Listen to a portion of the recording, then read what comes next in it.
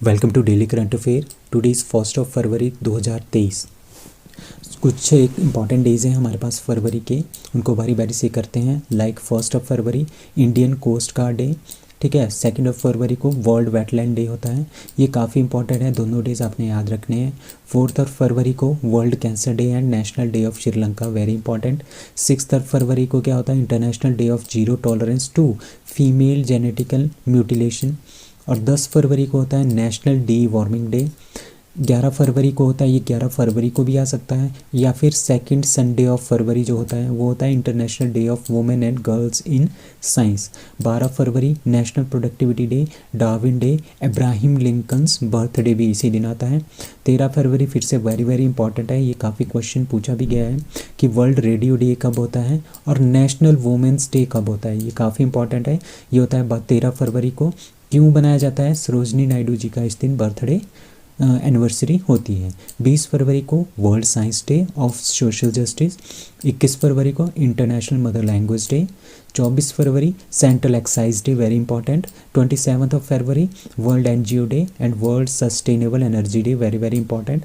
और 28 फरवरी को बहुत इंपॉर्टेंट डे आता है, that is national science day of India. The question is, the central panel rejects the inclusion of which dynasties in the exhibition? That is B, Muslim dynasty. अभी क्या हो रहा था, जो ICHR है ना, ठीक है, ICHR जो है उन्होंने क्या किया है, उनका जो मतलब होता है ना ICHR का, वो होता है Indian council of historical research, ठीक है। मतलब कि जो हिस्टोरिकल रिसर्च होती है उनका उनकी एक बॉडी है, उसका नाम है ICHR, ठीक है। उन्होंने एक एग्जीबिशन जो है वो स्टार्ट किया था, कहाँ पे, ललित कला एकेडमी में, जिसका जो टाइटल था वो था glory of medieval India, manifestation of the unexplored Indian dynasties from 8th to 18th century. तो ICHR ने ये प्रोग्राम जो है ये स्टार्ट किया था, मतलब कि जो इंडिया की मिडीवल हिस्ट्री है ना, 8th सेंचुरी से 8th सेंचुरी से 18th सेंचुरी के बीच में जितने भी हमारे पास जो डायनेसिटीज़ रही हैं, राजा रहे हैं, महाराजा रहे हैं, जितने भी पॉलिटिशियंस रहे हैं, ठीक है, उन सब के बारे में उन सब के बारे में जो है, इनकी ग्लोरी के बारे में जो है इसमें बताया गया था, एक्सेप्ट जो मुस्लिम डायनेसिटीज़ है जो मुस्लिम डायनेसिटीज़ हैं उनको इससे दूर रखा गया है। क्यों रखा गया है, उन्होंने इसकी क्लैरिफिकेशन दी है यहाँ पे कि इनको क्यों दूर रखा गया है। क्योंकि अकॉर्डिंग टू द कदम, जो कदम है वो है ICHR के मेंबर सेक्रेटरी, ठीक है। उन्होंने ये बोला है कि मुस्लिम जो है वो मिडिल ईस्ट से आए थे और उनका कोई भी कनेक्शन नहीं है इंडियन कल्चर के साथ, इसीलिए हमने एग्जीबिशन में जो है उनसे रिलेटेड कोई भी चीज़ जो है वो नहीं रखी है, उनके बारे में बिल्कुल भी नहीं बताया है, ठीक है। और दूसरा उन्होंने ये रीज़न दिया है कि हमें जो है जो मुग़ल और सल्तनत डायनेसिटी थी इंडिया में, उनके कामों को ज़्यादा से ज़्यादा इंडिया में ग्लोरीफाई नहीं करना चाहिए। तो ये दो चीज़ें हैं जिसकी वजह से जो है जो ये एग्जीबिशन हो रहा था ICHR का, कहाँ पे, ललित कला एकेडमी में, वहाँ पे मुस्लिम डायनेसिटीज़ के बारे में बिल्कुल भी नहीं बताया गया था।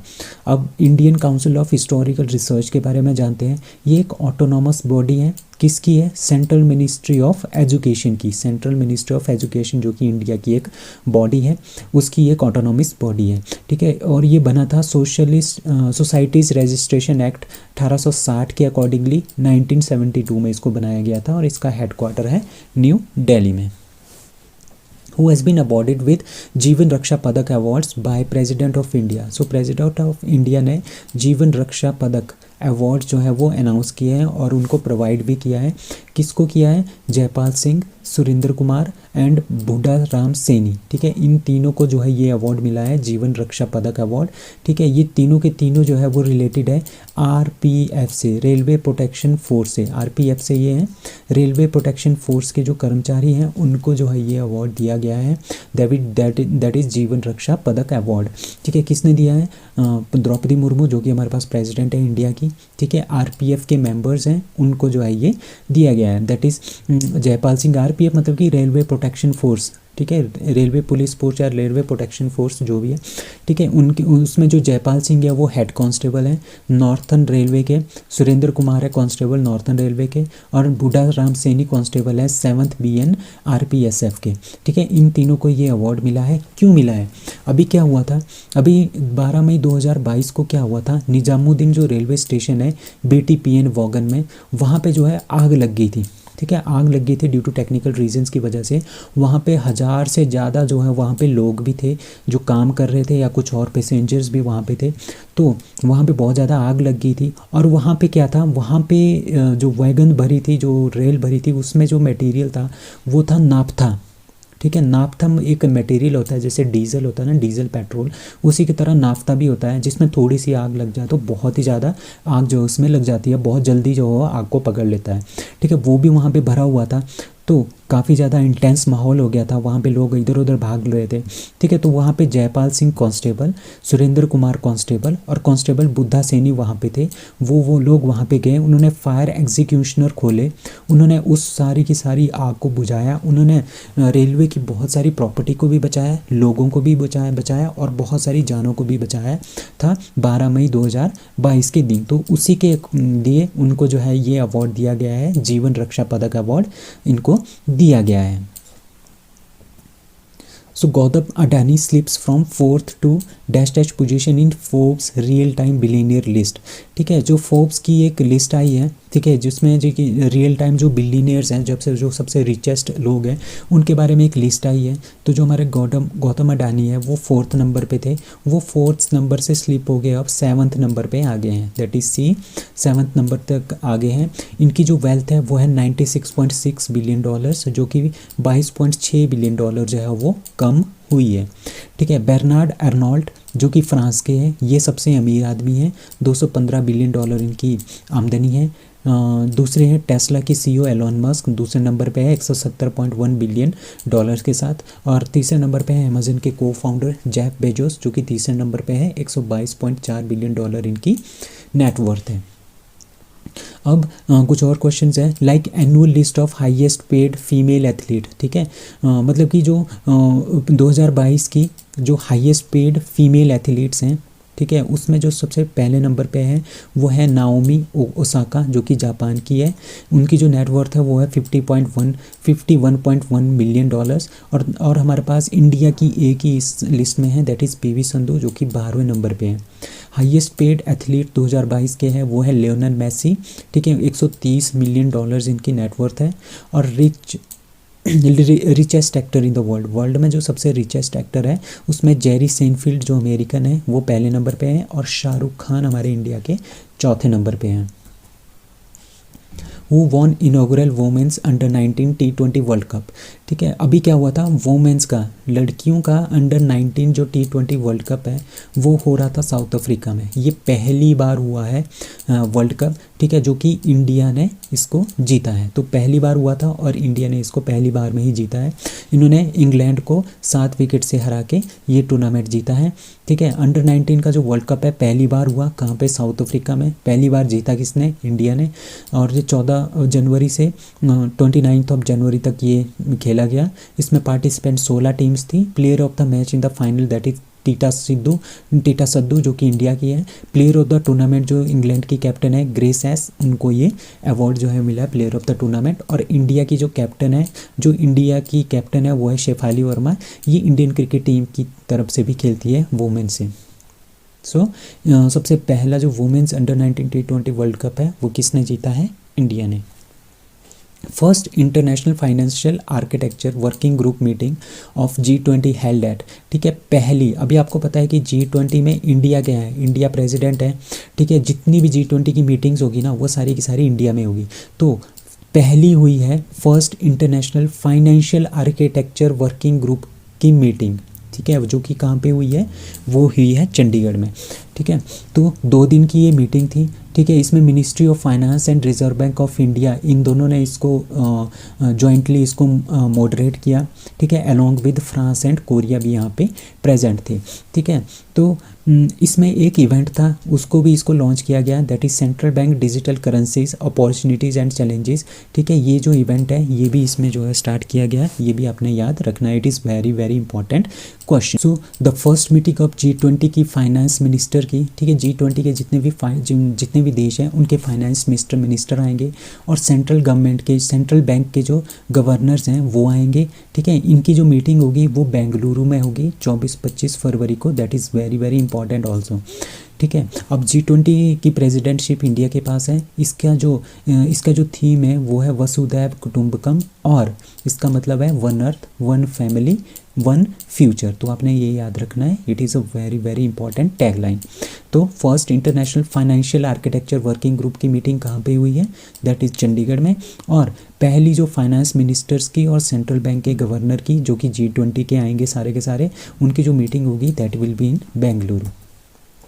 रिपब्लिक डे 2023 में which state tableau wins the first prize, that is be Uttarakhand. तो उत्तराखंड का टैब्ल्यू मतलब कि एक तरह की झांकी होती है, जिस तरह से झांकी होती है इस तरह की झांकी आपने देखी होगी, रिपब्लिक डे पे होती है, ठीक है। इसमें जो कौन सी स्टेट का जो है पहला प्राइज़ मिला है, फर्स्ट प्राइज़ मिला है टैब्ल्यू को, दैट इज़ उत्तराखंड के टैब्ल्यू को पहला प्राइज़ जो है वो मिला है। Uttarakhand Tableau which show case, ठीक है। जो उत्तराखंड का टैब्ल्यू है ना, उसमें क्या क्या शो किया गया था, यहाँ देखो, यहाँ पे टेम्पल्स हैं, यहाँ पे वाइल्ड लाइफ है, ठीक है, यहाँ पे नेशनल पार्क है। तो ये सारी की सारी चीज़ें जो है इसमें शो की गई थी, मतलब कि जो उत्तराखंड की स्टेट में जो wild life and religious sites हैं उसके बारे में ये शोकेस किया गया था, और उसमें इसको क्या दिया गया है, पहला प्राइज़ जो है इसको दिया गया है, ठीक है। उत्तराखंड के जो टैब्ल्यू है, state wildlife and religious sites आ गई थी इसमें, ठीक है। परेड के टाइम में ऑन कर्तव्य पथ पे ये परेड होती है, 26 जनवरी को हुई थी, ठीक है। इसमें रेनडियर, डियर एंड वेरियस बहुत सारी बर्ड्स जो हैं वो सारी की सारी शो की गई थी। और जो वर्ल्ड का फेमस इंडिया का पहला national park, that is Jim Corbett national park, उसके बारे में भी एक झांकी जो है वो दिखाई गई थी। अब कुछ और है, लाइक गुजरात का जो टैब्ल्यू है उसको पॉपुलर चॉइस सेगमेंट में पहला प्राइज़ मिला है। और आर्मी पंजाब रेजिमेंट, ठीक है, पंजाब आर्मी की जो पंजाब रेजिमेंट है उनको बेस्ट मार्चिंग कंटिजेंट का जो है अवार्ड जो है वो मिला है। Who is going to be the new vice chief of Indian air force, Indian air force के वाइस चीफ्स जो है वो कौन बनने जा रहे हैं, that is be AP Singh. तो इनका नाम है AP Singh, air marshal AP Singh, ठीक है। उनको क्या बनाया जा रहा है, new vice chief of Indian air force जो है इनको बनाया जा रहा है। और आजकल ये कहाँ पे काम करते हैं, ये आजकल एयर ऑफिसर हैं, कमांडिंग इन चीफ हैं of the central air command में, ये कमांडिंग इन चीफ हैं, ठीक है। अब इंडियन एयरफोर्स का हेडक्वार्टर कहाँ पे है, न्यू दिल्ली में। इंडियन एयरफोर्स कब फाउंड हुआ था, 8 अक्टूबर 1932 को in India. Indian air force air chief marshal कौन है, वो है VR Chaudhari, that is Vivekram Chaudhari. और इसके वाइस चीफ कौन बने हैं, AP सिंह। अब आर्मी चीफ कौन है, general Manoj Pande. Navy chief है admiral R Hari Kumar PVSN। And CDS कौन है, लेफ्टिनेंट जनरल अनिल चौहान। हमारे पास आजकल CDS हैं, पहले CDS कौन थे, जनरल विपिन रावत। और अब दूसरे CDS कौन है, lieutenant general Anil Chauhan. Who won 15th FIH men's hockey world cup 2023, that is D Germany, ठीक है। जो फाइनल हुआ था, फाइनल किस किस के बीच में हुआ था, फाइनल हुआ था बेल्जियम और जर्मनी के बीच में, जिसमें जर्मनी ने बेल्जियम को हरा दिया। अब ये जो 15th है, 15वां जो FIH का मेंस हॉकी वर्ल्ड कप है, ये हुआ था इंडिया के उड़ीसा में, ठीक है, उड़ीसा में हुआ। जो फाइनल हुआ है वो हुआ है कलिंगा स्टेडियम भुवनेश्वर में, ये फाइनल हुआ था, जिसमें जर्मनी ने बेल्जियम को 5-4 के पेनल्टी शूटआउट में इनको हरा के टाइटल जो है अपने नाम किया, दैट इज़ जर्मनी ने ये टाइटल जो है जीता है। जर्मनी ने ये टाइटल जो है 3rd टाइम जीता है, वर्ल्ड हॉकी का वर्ल्ड कप टाइटल जो है वो 3rd टाइम जीता है। इससे पहले उन्होंने 2002 में, 2006 में भी जीता है, अभी 2023 में भी इन्होंने ये वर्ल्ड कप जीता है। इस तरह से जो 3-3 बार जो है जीतने वाले देश हैं, देखिए दैट इज़ जर्मनी भी तीसरे नंबर 3 बार जीता है, नीदरलैंड भी 3 बार जीते हैं, और ऑस्ट्रेलिया भी 3 बार जीते हैं। अब आपको पता होगा कि जो सबसे ज़्यादा बार जीता है हॉकी वर्ल्ड कप वो है पाकिस्तान, इन्होंने 4 बार जो है हॉकी वर्ल्ड कप जीता है। बट इस बार 2022 और 2023 के जो वर्ल्ड कप है इसके लिए ये क्वालिफाई नहीं हो पाए हैं, ठीक है। India won hockey world cup, एक बार इन्होंने जीता है इंडिया ने 1975 ने, ठीक है।